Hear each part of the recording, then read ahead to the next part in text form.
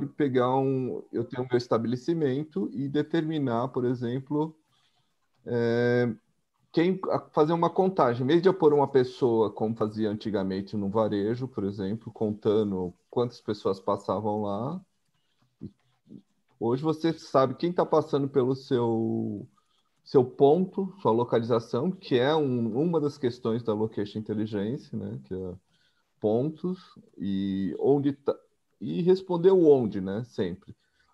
A gente tem o BI hoje, né? Quer dizer, mas tem o LI, né?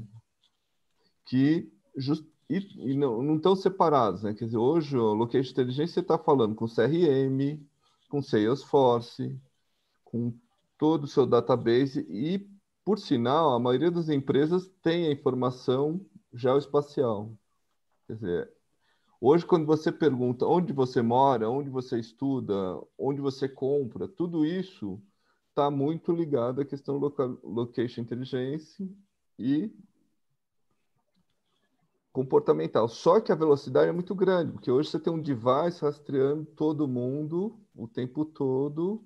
Você tem, por exemplo, uma loja que pode ter um sensor lá que diz temperatura. Então, você pode analisar a venda em relação ao clima, por exemplo, que era uma coisa antes muito absurda. Quer dizer, você tem um local, você tem um sensor lá de uma estação meteorológica e faz toda a medição daqui. Aí entra na internet das coisas também, que é um outro componente que tem uma componente geográfica, quer dizer. Então, quer dizer, o potencial hoje da coisa é absurdamente grande. Quer dizer, assim, hoje eu não conseguiria ter imaginado isso há 10 anos atrás. E hoje você tem supercomputadores através da nuvem, você pode utilizar modelos sofisticadíssimos que antes seriam inviáveis, né, para alguns tipos de negócio. Por exemplo, esse ano eu estava, quer dizer, meus projetos foram interrompidos pela pandemia, ainda devo estar retomando, mas, por exemplo, um dos projetos era determinar uma nova localização de uma rede de franquias e, a partir dela, estimar quanto ela teria de valor de faturamento mensal, anual, quer dizer, é um modelo preditivo que muito baseado na questão da localização, porque dentro da localização embute uma série de coisas. Quem vive, quem mora, quem compra, quem trabalha naquela área de influência, que pode ser determinado de várias formas. Eu vou mudar um pouco aqui, eu vou apresentar alguns mapas, que seriam spoilers do que eu vou falar, para exemplificar, porque assim, eu acho que muita gente não tem essa vivência, né, a gente não tem a cultura geográfica, geoespacial, né, no negócio, assim.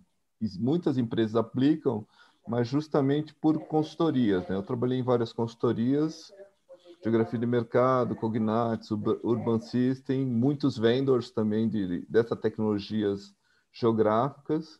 Hoje sou parceiro de algumas empresas, de alguns providers, expert em Google Maps também. Google Maps mudou a paisagem. E hoje a Google Cloud, por exemplo, está mudando também, está trazendo Google Maps, que já é um standard nesse negócio todo, que habilitou muita gente, porque antes a gente tinha que construir os mapas, quer dizer, eu lembro de um projeto que a gente teve que digitalizar os mapas, criar ferramentas para criar mapas de Goiânia, de várias cidades brasileiras. E, quer dizer, isso tudo e as ferramentas, APIs, toda a tecnologia que está chegando, hoje é muito mais uma linha de montagem e a gente entra no ponto crucial, quer dizer, não é a questão de tecnologia, como acho que nunca foi muito, às vezes muito pela questão do custo, mas a questão sempre entra é a questão do dado espacial. Quer dizer, a gente não tem uma cultura muito forte nesse sentido, a gente não produz um volume grande e para produzir às vezes é muito custoso ou não estão disponíveis ou quem tem não fornece também, porque é muito estratégica. Então, no final o desafio acaba sendo dados, não tecnologia, como antes tinha o banco de dados, as tecnologias de banco de dados, há décadas, e um dos problemas era que dado eu vou colocar, como eu vou fazer o uso desse dado. Eu vou mostrar agora alguns mapas e aí a gente retoma a apresentação. Bem, vamos lá, só um minuto.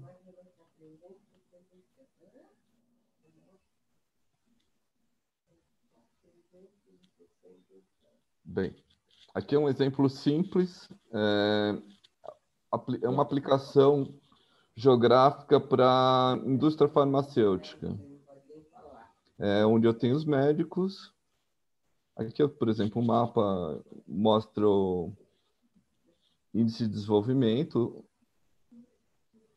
Vou mostrar alguns estabelecimentos de saúde, onde estão os médicos, clínicas, né? Por exemplo, aqui a gente vê o número de... Só um minuto. Que a gente, conforme vai mudando, ele vai fazendo análise da quantidade. E, ao mesmo tempo, aqui só o fato de eu mostrar um mapa temático com o desenvolvimento humano, principalmente renda, né? Nesse caso aqui é renda, e os médicos, a gente vê que, por exemplo, a concentração dos médicos está toda onde tem renda, onde tem um índice de desenvolvimento humano maior. Seria o contrário, né? Quer dizer, a qualidade da saúde das pessoas estão nas partes periféricas e os médicos estão onde o doente não está. Então, é uma triste ironia, mas, assim, rapidamente você consegue ver. Então, um outro aspecto da Location Intelligence é a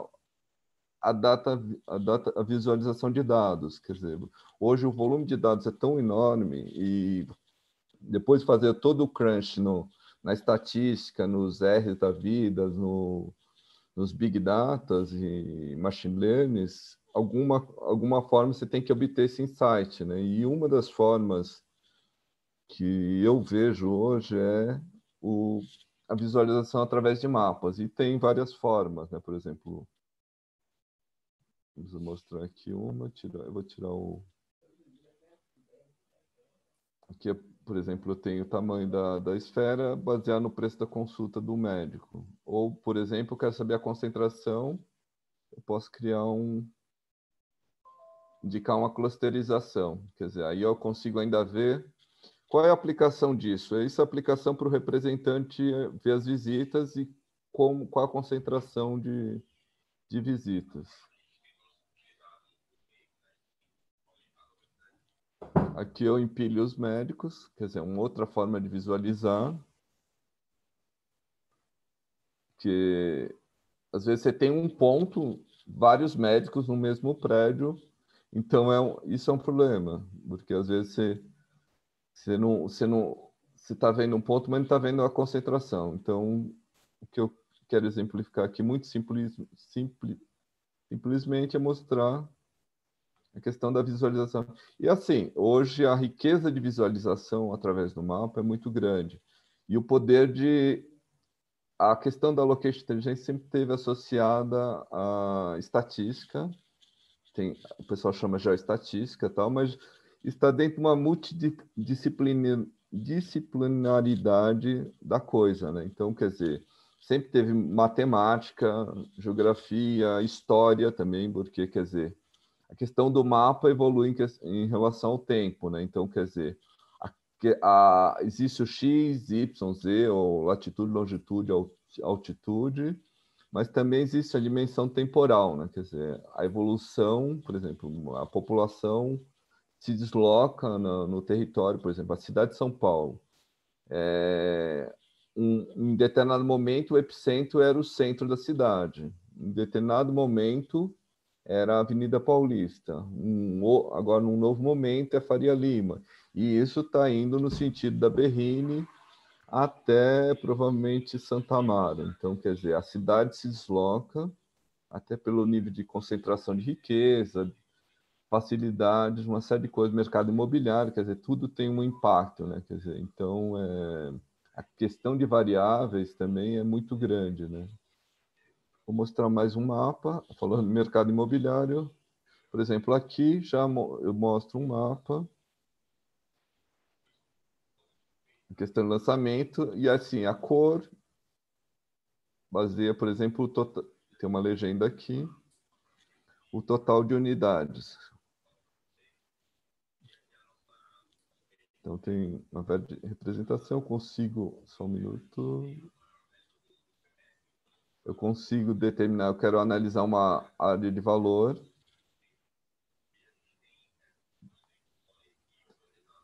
e em cima disso eu posso criar critérios geoespaciais, tipo um raio, desenhar um polígono, determinar um distrito, e associar junto dele, por exemplo, aqui eu tenho informações de lançamentos, número de dormitórios, e aí eu posso colocar uma série de outras coisas. Hoje eu estou fazendo uma aplicação baseada nesse dado, mas é uma coisa totalmente...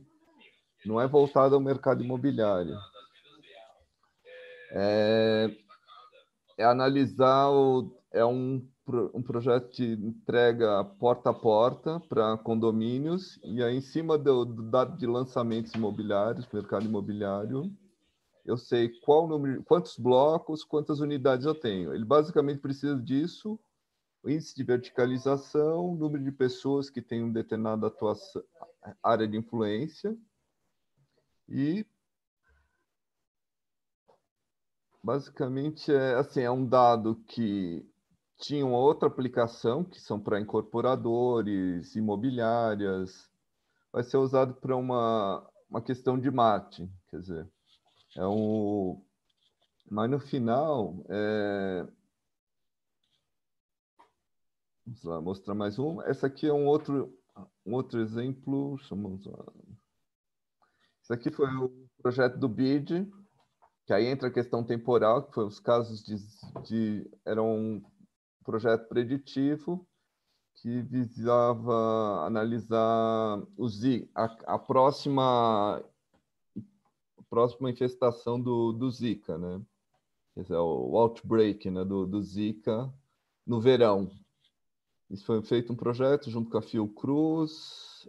Era mais assim, um hackathon, né, de dados, em onde analisaria qual seria a próxima o outbreak do Zika. Aqui tem um dado interessante, que através do mapa V, tem uma hora que tem uma infestação muito grande de dengue, mas era que a dengue era definida, era identificada ainda, o Zika ainda era identificada como dengue. Então teve uma explosão de dengue, mas isso se vê no mapa, mas basicamente assim, é a outra questão que entra, né? Tipo, se o dado é ruim, a interpretação também é ruim. Então, quer dizer, e quanto mais dados hoje, quer dizer, o volume de dados está muito grande, se ele não tiver qualidade, as interpretações, o erro é maior também, né? Quer dizer, você amplia o erro com esse ferramental. Ou então você identifica, isso aqui não faz sentido, quer dizer, teve uma explosão aqui de dados, de informações, e não faz sentido. Aqui é uma outra coisa, por exemplo, seria aplicável hoje, por exemplo, eleição, ou mesmo o Covid-19, né? Por exemplo, algum assunto esteja comentando nas mídias sociais e você está fazendo um mapa de calor. Quer dizer, isso seria uma aplicação bem simples, relativamente banal. Você pegou os tweets e, a partir disso, você analisar, por exemplo, você fez uma campanha de um produto, de um determinado brand, e quer saber como ele tá acontecendo em termos de repercussão.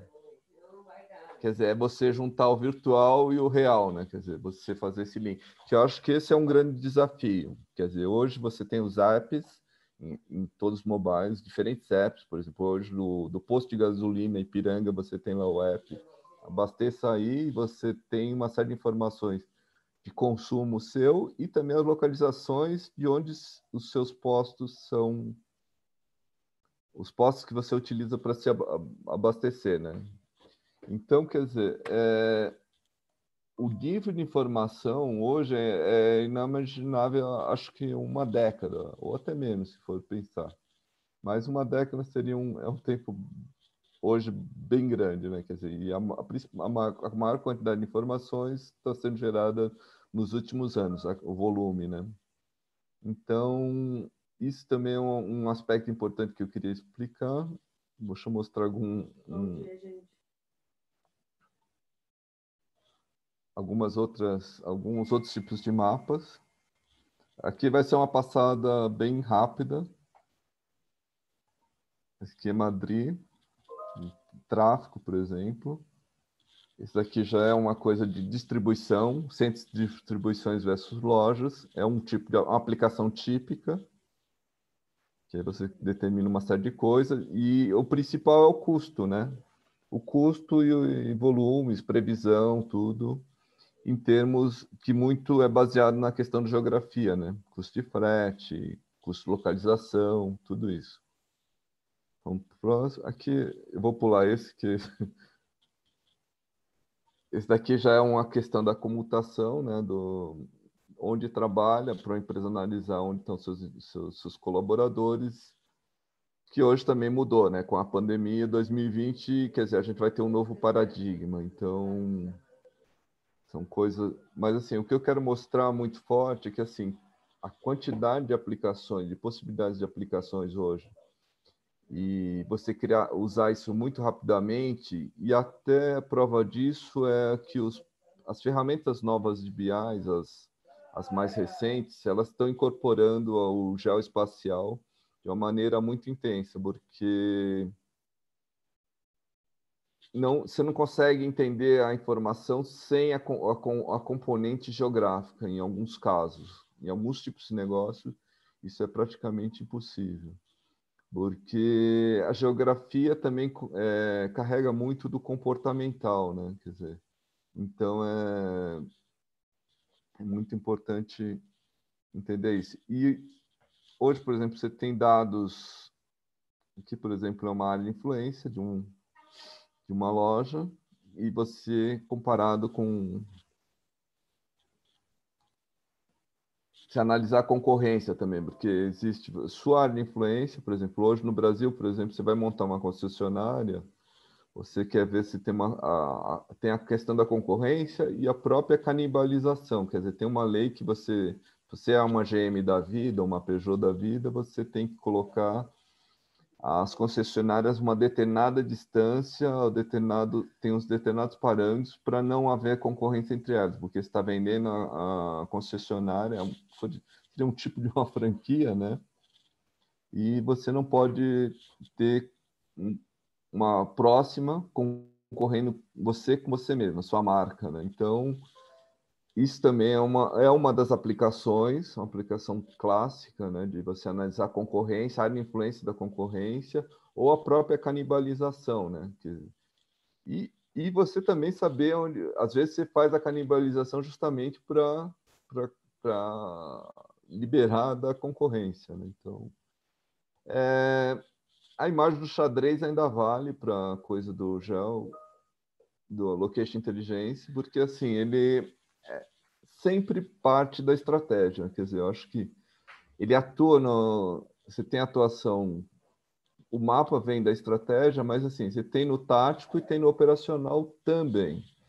Mas assim, se você não tiver uma estratégia para dados geoespaciais, quer dizer, nada vai ser criado, porque quando for precisar na operacional ou no tático, você não se preparou para isso, porque um dos problemas maiores da Location Intelligence é a preparação, o custo de preparação. E isso também, quem trabalha com data science sabe, né? Que muito esforço é de fazer gestão de dados, preparar, transformar, treinar o dado, para só depois, no final, você obter um analytics que assim, pode ser uma tela, um dashboard ou um report, né? Então, no geoespacial, isso é muito real e assim, o custo às vezes é muito alto.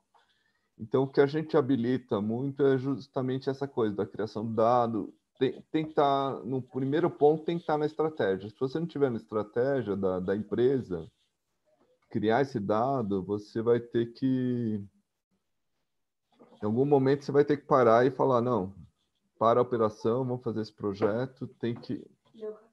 ou contratar uma consultoria, que é o que muitas empresas, assim, pelo menos no Brasil, eu vivi muito disso, trabalhando nas consultorias, é justamente, eles não têm esse expertise, não têm esse pessoal, não têm os dados, não preparam os dados, então, basicamente, tem que contratar um serviço. Hoje, muitos deles, inclusive GeoFusion, que vocês devem conhecer, software as a service. Então, quer dizer, essa parte ficou fora dentro da organização, mas de alguma forma, um dado essencial, né?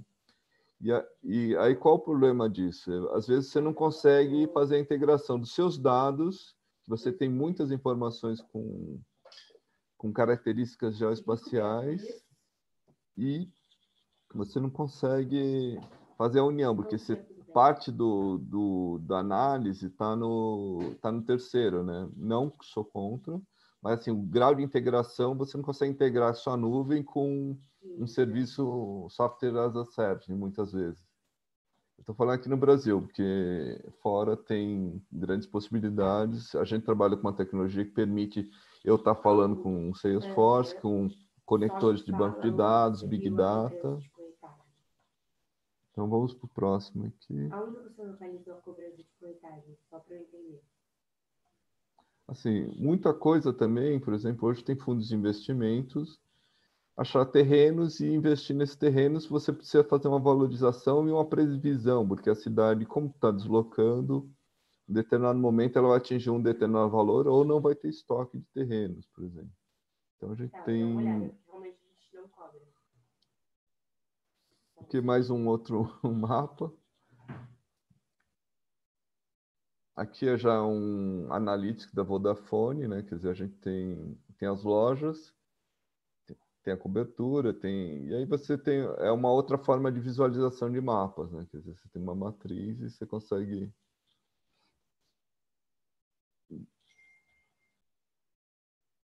Aqui está analisando a visita das lojas. Desculpa, assim, isso aqui levaria um dia ou vários dias para explicar mais detalhadamente, mas assim, eu estou tentando passar só para ter uma ideia de algumas coisas que estão sendo feitas hoje. Isso daqui é um parceiro nosso, né? Quer dizer, tem base nos Estados Unidos, no Bronx, mas assim, a gente atua com vários vendors, eu sempre fui muito pragmático, eu trabalhei com diferentes vendors, desde de um dos líderes, que é a Esri, Mapinf, que é a Pitney Bowes, essa daqui é a Carto.com, tem a Mapbox, tem uma série de vendors que justamente facilitam hoje, e tem muito desse trabalho pronto. Então, ele fornece a engrenagem para você criar suas aplicações. Quer dizer, você tem uma série de APIs e com elas você cria aplicações rapidamente. Mas ainda sempre tem a questão do dado, né? Que se não tiver o dado preparado para isso, que é ou você mapear seus clientes, mapear sua concorrência, mapear suas lojas, ter seu aplicativo habilitado com a geolocalização, você não consegue fazer nada. Isso aqui é o censo, né? Tract é censo americano. E aí sempre misturando, quer dizer, o geoespacial e o analítico. Hoje eu não vejo separado. Então, por isso que eu acho que o termo Location Intelligence faz muito sentido, né? Porque ele sempre está acompanhado da analítica, da estatística, do machine learning, do aplicativo. Bem, questão sempre da área de influência. Opa. Bem, eu poderia passar o dia todo mostrando uma série de coisas. E outro aspecto interessante é você contar uma história através da geografia. Quer dizer, você fazer um storyteller. Você opera mini contratos, correto? Eu tenho minhas lojas, tenho os resultados. Você tem RLP ativo? E aí responder perguntas. Onde estão as lojas que melhor performance, por exemplo? É que, na verdade, o que aconteceu? A gente zerou a corretagem para ações, né? Mini contratos, a gente já tinha corretagem zero com a EMP ativa. Aqui já é uma aplicação real. Você está com o site aberto? Lojas, áreas de influência. Assim, Só mais um Ele não minuto. está entrando, Gilberto. Acho que você tem que fechar e compartilhar de novo. Vamos lá. Está aparecendo só uma tela do Zoom. Ativar ou desativar. Vamos lá. Não. Só pelo computador dele. Também tem alguém que está com o fone aberto aí. Sim. Vocês estão vendo? Eu só estou... Agora sim. Isso aqui já é uma coisa em tempo real, por exemplo, porque assim, você vai ter... você tem, por exemplo, transações de cartão de crédito executando o tempo todo. Você tem telefones mobile o tempo todo se locomovendo. Você tem a sua loja apontando, estou tendo tantas visitas, tanto faturamento. Então, quer dizer, hoje, uma das coisas é a geografia, mas tem o tempo e a coisa do real time, entre aspas, né? Porque, assim, as pessoas confundem real time com tempo real, né? Tempo real não seria o termo, assim, mas está acontecendo no mesmo instante, mas não necessariamente. Quer dizer, você tem um real time, pode ser algo que aconteceu ontem ou semana passada, mas aí depende da natureza do negócio. E claro, quanto mais real time, mais caro a conta, né? Então, por exemplo, você tem uma convenção, um evento, você quer saber quantos visitantes, quem está em torno, característica. Isso, por exemplo, você pode conseguir através do dado celular, por exemplo, de uma telefônica, e também a questão do transacional. Por exemplo, uma Mastercard hoje, de alguma forma, dados anônimos sempre, né? Quer dizer, e aí entra a machine learning e a inteligência artificial, né? Que você faz a análise de toda essa informação. Deixa eu compartilhar mais uma tela aqui para vocês, só para encerrar.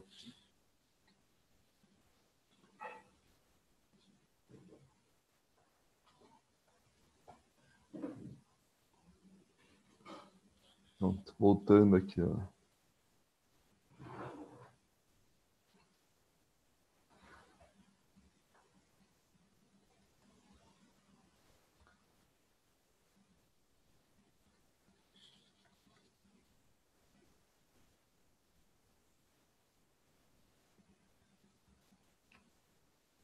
Só um minuto.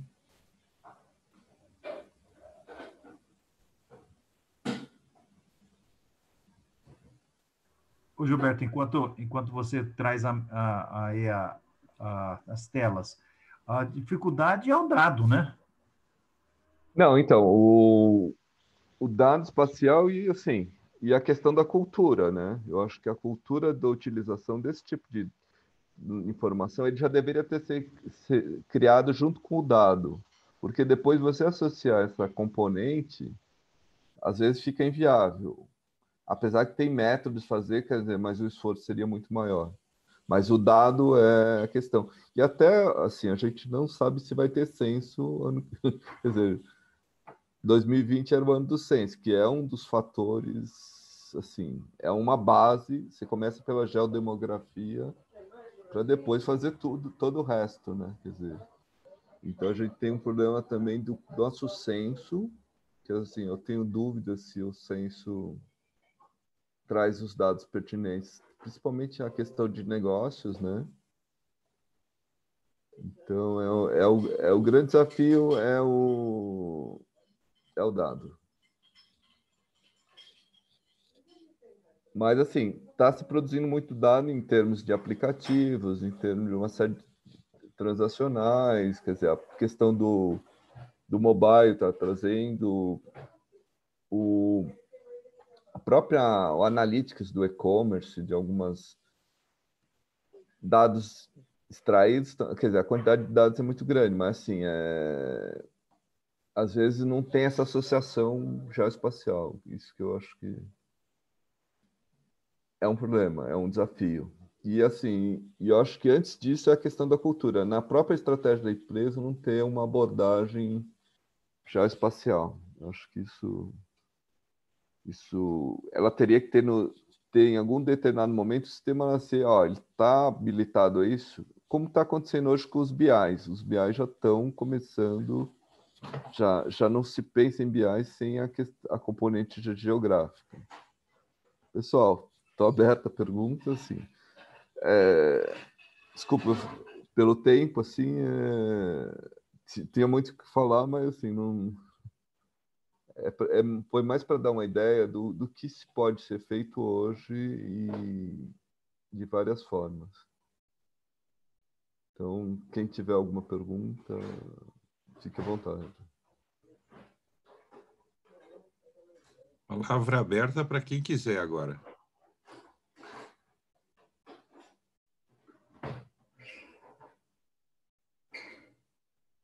Ninguém quer falar? Não, eu quero falar, sim. Estou atendendo um telefone urgente. Gilberto, minha pergunta para você é básica, que você viu, mostrou uma série de coisas e, claro, parte delas eu entendo da minha vida pregressa, ligado, inclusive, a vários clientes seus que devem ter sido clientes meus. Agora, hoje eu estou um pouco focado no agropecuária. Você já teve alguma experiência, algum trabalho ligado à agropecuária no Brasil para contar para nós? Então, eu sou muito urbano, né? Quer dizer, eu tenho Certo. Mas, assim, o que eu mais perto atingi foi um projeto da Eco 92, que era ligado à questão, mas, assim, muito usa para administração de propriedade. Hoje o gado é mapeado, né, através de sensores. Você usa drones para monitorar a propriedade e até mapear a propriedade, né? Para você regularizar a sua propriedade, às vezes você usa drones. A questão da imagem de satélite, que também é usada em negócio, por exemplo, para saber, por exemplo, o seu concorrente, como está o estacionamento do Walmart nos dias da semana. Então, você tem um satélite passando por cima da sua cabeça o tempo todo, né? Então, isso. E para a questão agrícola, você consegue usar isso também, né? A questão da imagem, que hoje é muito acessível em termos de custo. Antes, 1 km² era muito caro, hoje você consegue. Até no próprio Google, né?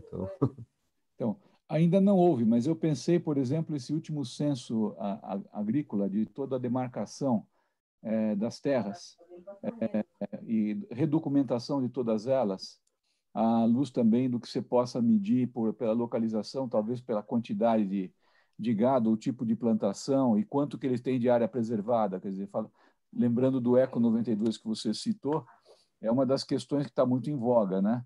Esses dados existem já, mas provavelmente ainda não foram, então, capturados e tratados adequadamente. É isso que eu estou entendendo. Não, então, tem muita gente, teve uma questão de cadastro, de regularização de cadastro, uma série de coisas, e já veio com a questão do mapa também, né? A geografia disso. E, assim, a própria análise da produção, eu tenho até um mapa da questão de agrícola, a questão de onde você planta, onde você trabalha o material, e a questão da distribuição, quer dizer, a infraestrutura. Mas tem uma série de iniciativas, mas assim, e estão utilizando a Location Intelligence. É que eu tenho até amigos trabalhando com isso, mas não envolvo muito, porque assim, eu já não consigo nem lidar com o que eu propus a fazer. Não, mas existe gente, então, que talvez você conheça, por exemplo, para a gente... Sim. Tem bastante aplicações e tem empresas especializadas na geografia do agronegócio, entendeu? O nosso próprio parceiro estava procurando aqui gente, porque eles viram que tinha um boom do agronegócio, estava procurando pessoas. E aí eu cheguei a mapear algumas empresas, mas agora não me lembro de cabeça, mas assim, elas estavam usando esse motor Porque assim, a questão agrícola também tem uma forte componente geográfica, quer dizer, a terra, né? O geoespacial, né? Então, Exatamente. E aí tem questões também ligadas a clima, a vegetação, quer dizer, tudo isso hoje você tem dados dos biomas também, então, assim, é que a gente tem, algumas coisas estão ocultas, né? Quer dizer, não é muito divulgado, até porque a gente não tem essa cultura, mas está se fazendo muita coisa, tem muita iniciativa, até porque tem dinheiro, né? Então, ninguém queima dinheiro, né? Gilberto, se você permitir, viu, Marcos? Hoje o governo federal ele está fazendo um mapeamento por exemplo, ele quer saber se uma terra está sendo realmente utilizada para a pecuária ou não. Então, os sensores de satélites eles conseguem determinar o quão compacto está aquele pasto, né? Em função do modelo de compactação, ele consegue identificar através dos amarramentos que teve o informe da necessidade aí do IBGE e o IBAMA para fazer a realização da regularização das terras rurais. Não foi feito 100%, mas foi feita uma grande parte. Eles conseguem determinar se essas terras estão sendo usadas ou não. Na Itália, né, tem um colega aí que está na Itália, esqueci o nome dele, mas é o Dante, então. Lá na Itália, eu cheguei a fazer um período, um estágio lá no Ministério da Fazenda do governo italiano em Roma, e eles já fazem um modelo de monitoramento do plantio de oliva e de videira, né, de uvas, plantações. Toda a safra eles fazem esse monitoramento para cruzar com o informe, vamos dizer assim, do resultado da colheita, né? Se der um resultado de colheita muito baixo em relação à produção média que se existe para aquela plantação, eles acabam mandando um cara para perguntar o que aconteceu lá, né? Um fiscal.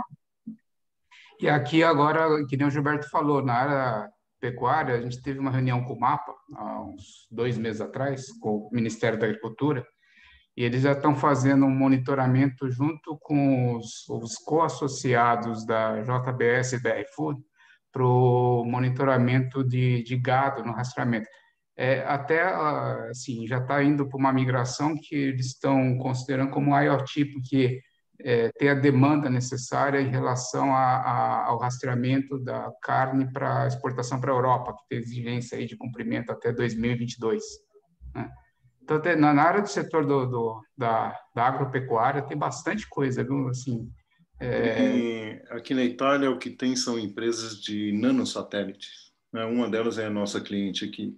E é relativamente barato, né? Você lançar um nanosatélite, ele tem um nano um pouquinho maior, ele tem 30 centímetros quadrados, né? É uma caixinha de sapato. E você programa ele para fazer captura de dados, né? Esse projeto que a gente acabou montando é para fazer realmente a cura italiana, é fazer o cuidado do planeta, né, em termos do que você vai colocar de lentes, né, que são as lentes que são obrigatórias para você fazer leitura de monóxido, leitura de nitrogênio, seja o que for, e essas empresas estão capacitadas para isso. O próprio gado brasileiro ele é obrigado a ter o que aqui é chamado de o trackability, né, que é o rastreamento do gado, né, do momento que ele nasce ao momento que ele é abatido e distribuído. Como diz um amigo nosso que trabalha aqui na engenharia de produção, a única carne que não é possível rastrear é o hambúrguer. O resto é tudo rastreado, porque o hambúrguer é boi triturado, não dá para saber a origem. O resto cada parte do gado, ela é rastreada. No próprio pack da embalagem, se você colocar naquele packing no seu celular, você vai fazer a leitura todinha da carne, né? Seja a carne suína, que tem vários tipos, né? Que se come inclusive a equina. Então você tem toda essa rastreabilidade, né? Que é bem isso que você falou. Dados aqui não faltam, né? Pelo contrário, e são dados de qualidade, porque são monitorados não pelo governo, pela própria indústria em função do consumidor. É um compromisso que se tem com o mercado. É um pouco diferente, não é uma obrigatoriedade imposta pelo governo, e sim pela sociedade.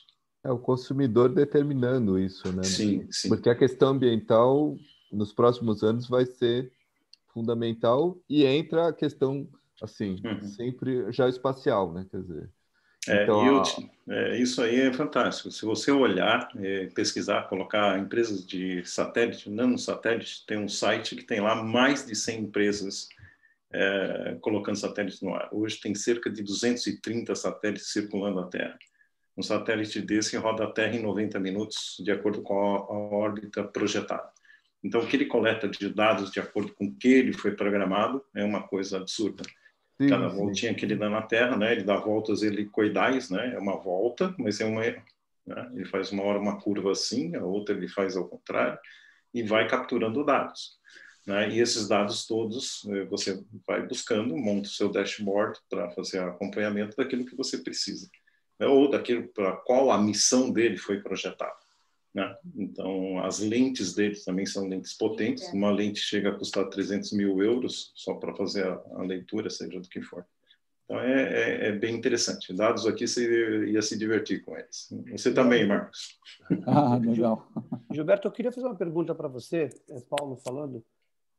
Você teve experiência em algum momento dessa parte de geolocalização, de geomarketing, com ferramentas como QGIS, Spring? Você já chegou a usar essas plataformas? Eu usei todas.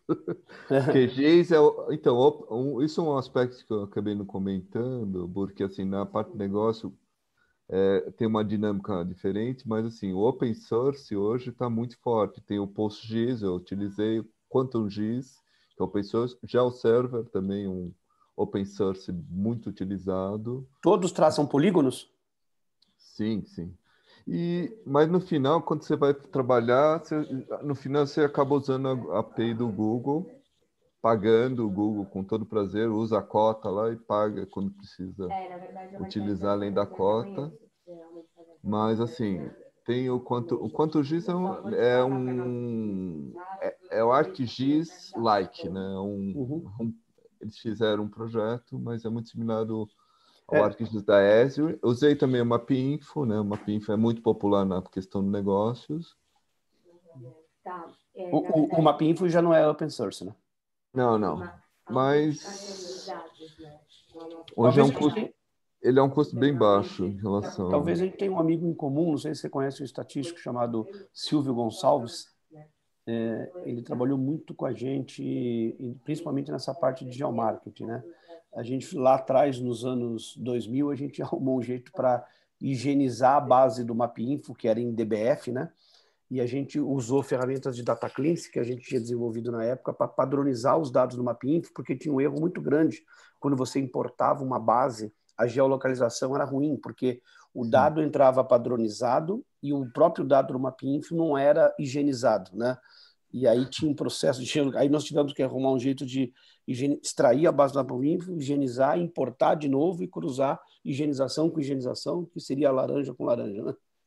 Então, um outro aspecto, assim, como o tempo é muito curto, assim, não deu para falar, mas, assim, uma das coisas que se usa a Location Intelligence é o enriquecimento de dados, a limpeza de dados, quer dizer, você validar dados, quer dizer, então você tem uma série de coisas também. Mas, assim, realmente, por exemplo, você pega um endereço, você tenta mapear, ele vai te dizer, esse endereço não é válido, por exemplo. Então, ele tem essa abordagem. E é transformação, tudo no final, um grande esforço é preparação de dados, né? Legal. Posso dar uma provocadinha? Deve. Então, tá bom. Tá bom. Obrigado, sua apresentação belíssima, tá? Acho que 2 ou 3 comentários, talvez, aqui. Acho que o primeiro deles fala assim, das iniciativas que tem no governo. Eu tenho visto boas iniciativas da iniciativa privada. É por isso que eu me mantenho na iniciativa privada, eu gosto da iniciativa privada. Então, muito disso que se fala, principalmente na área que o Marco tocou, no agro, eu tenho visto excelentes iniciativas na iniciativa privada. Meu trabalho tem a ver com georreferenciamento, eu mapeei literalmente o Brasil, eu mapeei a agricultura sazonal. Então, onde tem cultura sazonal, então eu mapeei ponto a ponto, então usei tanto satélites europeus aí, como o Moody's, usei o Sentinel, então usei uma resolução aí boa para poder mapear fora a fora, descobrir algumas discrepâncias do censo que você menciona. Como você disse, a gente mantém discrição porque a gente não quer no final. Evitar sempre polêmica, né? Exatamente, né? A gente sabe muitas coisas aí. Mas que o ponto que vem para mim, e foi colocado de forma apropriada, e que eu acho que vale a pergunta, pelo menos do ponto de vista que eu tenho olhado, e eu vou lembrar de um livro que eu vi numa exposição em Nova York, em 2007, né? De um cara chamado Bruce Mal. E ele falava, agora que a gente pode tudo, o que é que a gente vai fazer? Né? Porque uma coisa é eu falar que falta muito dado, outra que eu gosto mesmo é que pergunta que eu estou tentando responder, o que é relevante ser respondido. Eu que sou do lado do business, né? O que eu estou tentando fazer? Porque em face de uma boa pergunta, muitas vezes você pode até achar que não tem dado. Aí, para mim, faz todo sentido olhar para essa tecnologia. Como você vê isso? Então, como meu DNA é inovação e tecnologia, então, para mim, assim, eu passo o tempo todo imaginando o que isso vai mudar, né? O que isso vai mudar. Quer dizer, o que eu vejo hoje, a possibilidade de aplicações que antes não eram impossíveis, né? Então, por exemplo, o problema assim, é você conseguir consolidar e articular esses dados essas tecnologias. Por exemplo, hoje o Google fez uma parte disso na cloud deles. Ele tinha um Google Maps que era separado, era uma coisa separada, e pegou o BigQuery, que era um banco, um Big Data, e trouxe isso tudo junto. E, ao mesmo tempo, o BigQuery foi habilitado a ser um banco de dados geoespacial também. Quer dizer, além de armazenar informação como ele armazenava quando foi criado, ele trouxe também habilitou, e isso acontece em outros bancos de dados. Quer dizer, hoje a quantidade de sensores e, por exemplo, uma das aplicações recente no varejo é o Indoor Map. Quer dizer, você entra no shopping center, tem mapas de calor, saber onde o cliente até prever onde ele vai comprar, entendeu?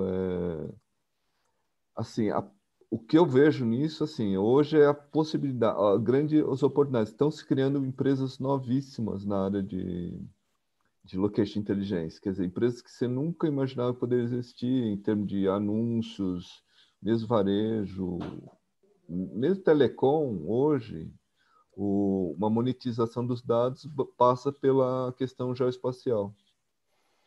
Então, assim, tem as possibilidades. E aí, quer dizer, o meu foco hoje era trazer o geoespacial e a inteligência artificial, que é.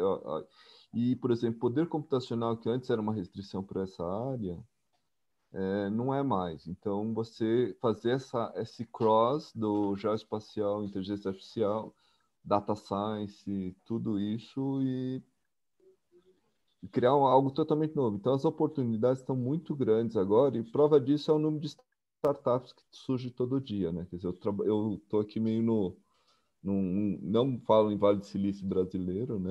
Que é uma grande bobagem.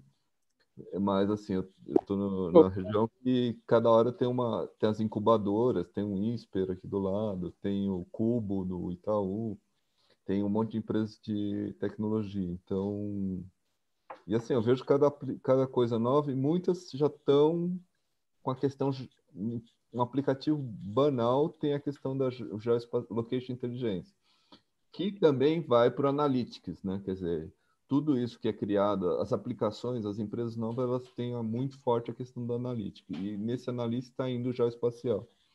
E aí você entender comportamentos, tem umas aplicações de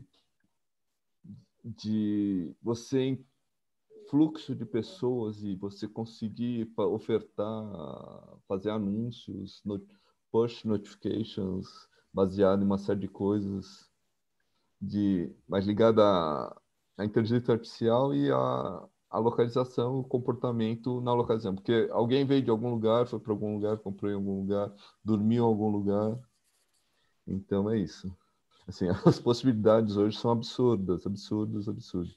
Porque antes a gente tinha restrição de licenciamento de software, poder computacional, capacidade analítica, conhecimento, e hoje está tudo disponível. Então, quer dizer, o mundo está aberto. Gilberto, eu trabalhei, quando eu estava aí, bastante com uma empresa chamada Inloco. que é uma empresa... Então, o Inloco é um bom exemplo. Uma empresa nova que quebrou, é um paradigma. Trabalhei e, assim, ela tinha uma aproximação boa quando a gente media toda essa movimentação, né? Porque, na verdade, você acompanha celulares em movimento, né? Você não acompanha seres humanos agora. O ser humano está atrelado a um chip espontâneo. Quer dizer, o cara pega um celular e está sendo vigiado a cada segundo. Por isso que eu sempre... Isso, tem o comportamento humano, mas tem o sensor, né? Isso. O sensor é o caso, né? Porque você pode ter... Você, com o Dante, pode ter 10 sensores. Exatamente. E olha... Inclusive, tem um aqui... Né? Mas o problema que a gente, às vezes, enfrentava, eu vi que você mostrou uma solução, queria saber se funciona, é quando você trabalhava por cotas de altura. Então, vamos supor, se você pega realmente um imóvel, ou seja, o que for, o in loco, né, ele dava para nós o seguinte, olha, aquela região você tem um certo poder de compra, tá bom, mas quantas pessoas estão empilhadas? Você não sabia. Quer dizer, quantos dormem naquele prédio que realmente me interessa em quem são? Então, ele não consegue pegar, principalmente São Paulo, que é uma cidade extremamente verticalizada. Você não conseguia medir porque você não tinha cotas. Alguém está com o microfone aberto, com alguém de fundo falando, vai atrapalhar um bocado aqui. Então, você consegue fazer essa medida? Hoje, pelo que eu vi, você tem um aplicativo que ele mede essa cota de altura. Então, isso é um fator que considera, mas aqui no caso foi uma questão de visualização, que é uma coisa muito engraçada, né? Porque vem um representante num prédio atender 3 médicos, mas lá tem 10 médicos empilhados, né? Então ele conseguiu entender que tem e poder clicar na ficha de cada um. Foi mais uma questão de visualização do que outra. Mas você consegue, assim, a gente fala sempre em lat long, mas tem a componente altitude, que já está. Exatamente. Hoje você trabalha XYZ, não pense em trabalhar com lat long. A Inloco, inclusive, aqui no Brasil, ela foi adquirida, né? Deve ter sido, sim. A Magazine Luiza comprou a Inloco. Comprou? Jogou para dentro lá do Mag Lab, né? É isso aí. Mas funcionava. Mas tem uma outra também muito boa, que aí ela se chama Heinz. A Heinz trabalha já de uma outra forma, por triangulação de antenas. É o Johnny. Enquanto a Inloco ela já trabalhava diferente, ela não trabalhava por triangulação de antenas, não. E aí você tem a Heinz que também funciona bem. Então, ela pega você na triangulação, que aí, né, também funciona e funciona bem para entrega de comunicação, através de push e tal. O problema do push é que você tem que acreditar que essas empresas têm uma quantidade, né, de acordo com os apps, né? Porque você só consegue mandar push através de algum app associado. E agora com a LGPD aí, né, que rede, aqui é né? a GDPR, aqui na Europa é a GDPR, que é a mãe da LGPD. Aqui é a rede. A GDPR aqui é a mãe da LGPD aí, porque você tem que tomar um cuidado danado na hora de entregar a mensagem, né? Você até localiza, né? Você fala, olha, esse cara está se aproximando do meu PDV, do meu ponto de venda, e eu posso mandar um push para ele dizendo, olha, tem uma oferta X aqui para você em função de um comportamento de compra que ele tem comigo no meu CRM. Aí você, teoricamente, poderia mandar. Agora, eu não sei como que está na LGPD isso daí, né? A autorização de você mandar um push para mim por qualquer um dos apps, né? Porque é só através de um app, né? E a Inloco, como ela tinha acordo com alguns apps poderosos aí, né? Como os apps mais utilizados, você consegue mandar um push, né? Que é a função que a gente gosta de trabalhar quando você trabalha com georreferenciamento, né?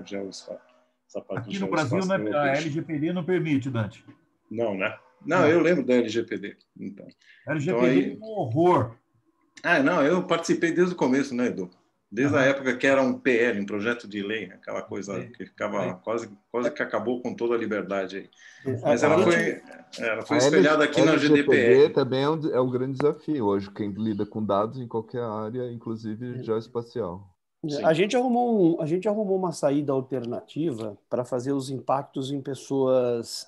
porque o LGPD aqui no Brasil ele tem uma divisão clássica entre crédito, fraude, cobrança e relacionamento B2B, né? Então, o impacto é infinitamente menor. Agora, para vendas e marketing, o impacto é muito grande. Então, a gente arrumou um jeito, uma solução de Big Data para poder impactar essas pessoas de forma anonimizada, né? Então, o que o Big Data faz hoje? Ela identifica o perfil da pessoa, ou pela tag digital, né, que identifica o cara anônimo navegando, a gente consegue descobrir o CPF, ou através de contagem de dados, né? Quantas pessoas estão no perfil XY, né? E você tem um aquário em vez de pescar no mar aberto. Só que para as duas situações, você não tem o opt-in, né? E como é que você faz isso? A gente criou uma arquitetura que a gente consegue fazer um cookie sync, né? Sincronizar os cookies e os bancos com, por exemplo, o Facebook, através de uma tecnologia que a gente desenvolveu aqui. E no momento que a pessoa entra no Facebook ou no Instagram, aparece uma campanha para ele sem chamá-lo pelo nome, né? E aí é como se dá a impressão para o consumidor final que alguém fez um filtro simples dentro do Facebook e lá na timeline dele está saindo uma propaganda XPTO. Só que através do background a gente sabe score de crédito, renda, comportamento digital, imóveis, veículos, posses, processo, cheque sem fundo. Aí você tem a capivara do cara, né? Então, parece ser algo dentro do Facebook simples, mas no fundo não é. Gilberto, deixa eu aproveitar para fazer uma pergunta também, porque assim, na acústica a gente trabalha também com essa parte de geolocalização, né, dentro do aplicativo do cliente e com cercas virtuais, então a gente consegue saber quando a pessoa entra, sai, tempo que ela fica dentro de uma cerca virtual, mas a gente não faz esse processo de roteirização ou de criar um mapa em que mostra, né, a visualização do dado, né, onde que essa pessoa passou, o que ela fez. E é muito comum, às vezes, o cliente solicitar isso, a gente gastar... Eu tenho um cliente que já pediu isso há 3 anos atrás, ele não usou até hoje. Né? E eu queria saber assim, né, muito do que a gente faz é mais ação de marketing para impactar a pessoa com alguma oferta. Né? Eu gostaria de saber se você tem também esse mesmo tipo de demanda. Né? Outro dia, por exemplo, um cliente perguntou para mim, falou assim, olha, o time comercial quer saber quais são as melhores regiões aqui de São Paulo, do país, para... fazer uma oferta e conversar com os parceiros, né? No caso de trade marketing, o pessoal de trade marketing da área comercial queria conversar com os parceiros de negócio para fazer ofertas direcionadas. Falei, gente, isso daqui não é a gente que faz, né? Vocês precisam de uma outra solução ou utilizar as informações que vocês já têm dentro de casa para montar esse cenário e apresentar para a área comercial. Foi que aqui, poxa, a gente está a execução da ação de marketing, né? A gente até gera alguns insights, mas se não tiver uma ponta para receber esses dados e gerar informação relevante, isso se perde ao longo do tempo. Então, você sabe se tem também esse tipo de demanda, como que você faz essa junção da área comercial com a área de marketing, né? Da vontade de saber o dado, que muitas vezes a área comercial tem, e também a área de marketing tem com a execução do dado. A questão do marketing, assim, é saber onde estão as pessoas, se tem ou não tem dinheiro, porque, assim, na questão do negócio é isso, né? Você sabe onde estão meus pontos de venda, onde estão os clientes potenciais, né, que eu determinei, onde tem renda realmente e onde está a concorrência. Quer dizer, a gente traz tudo isso e, às vezes, por exemplo, você pode usar geodemografia para enriquecer o seu dado relacionado à geolocalização, né? Então, tem, assim, existe... Geomarketing ele trabalha nessa questão, né? De saber dar esse background para você tomar essas decisões, para onde eu vou, para onde eu estou, quer dizer, essas questões filosóficas geográficas.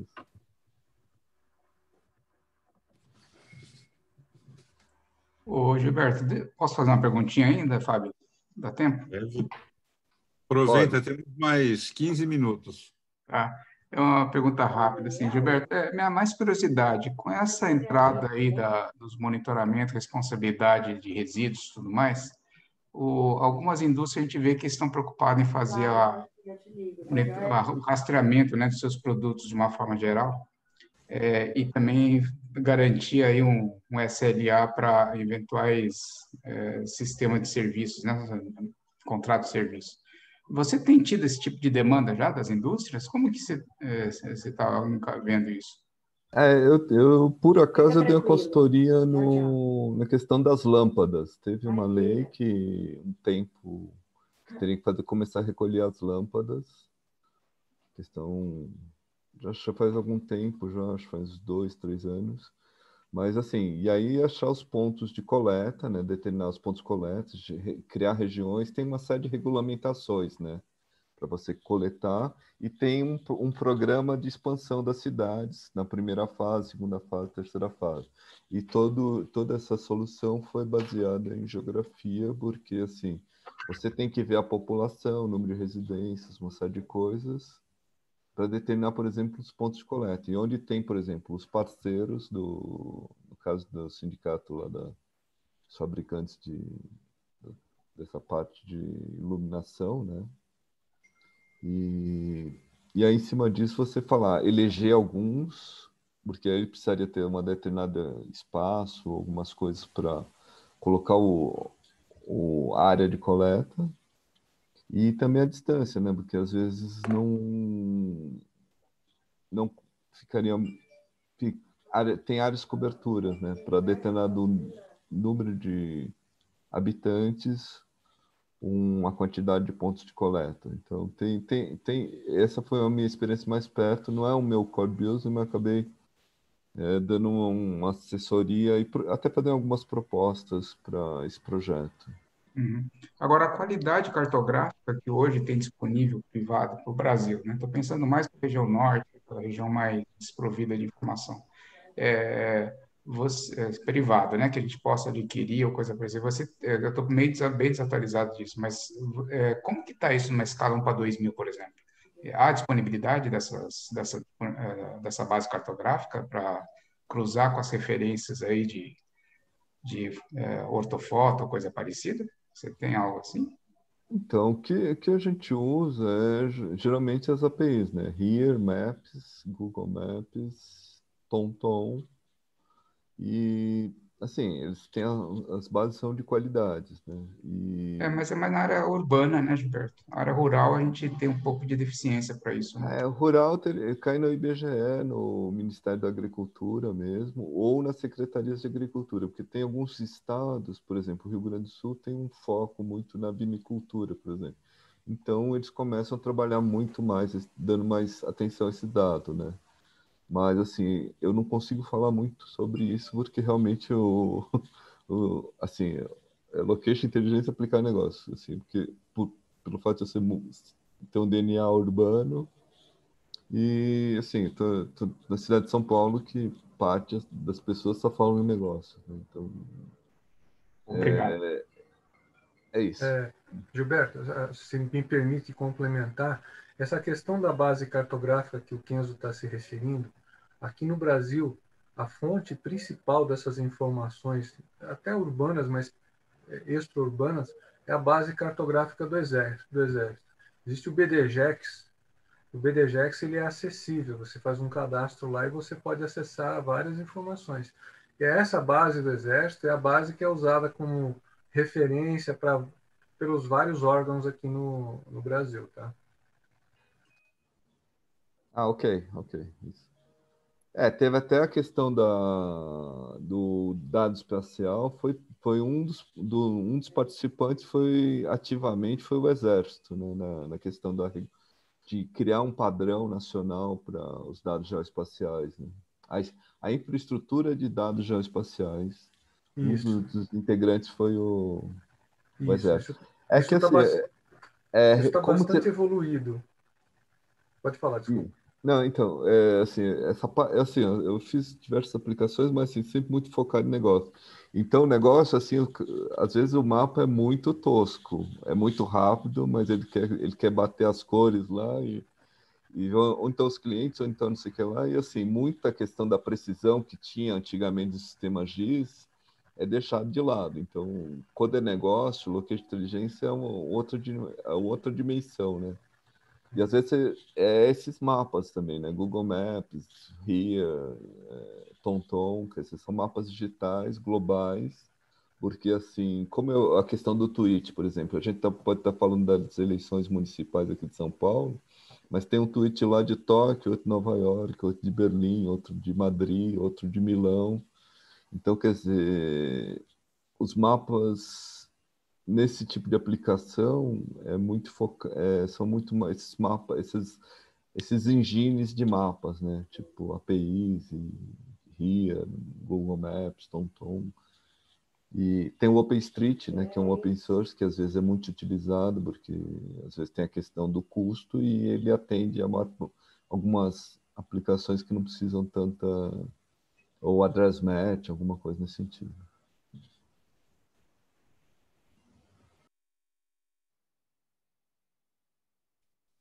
É isso? Muito bom. Muito bem. Então, só aproveitando, no dia 24 a gente vai ter a nossa versão 2 do mês. Precisa recuperar aí 8 meses que a gente ficou parado. E a gente vai ter nosso Antônio Pedro aqui falando a respeito de dados em System Engineering. Então, mas depois eu mando para vocês. Eu já mandei um e-mail, mas eu mando depois um invite direitinho, tá? Foi um prazer revê-los. Bom a gente voltar a conversar. E eu estou acertando com a Daniela lá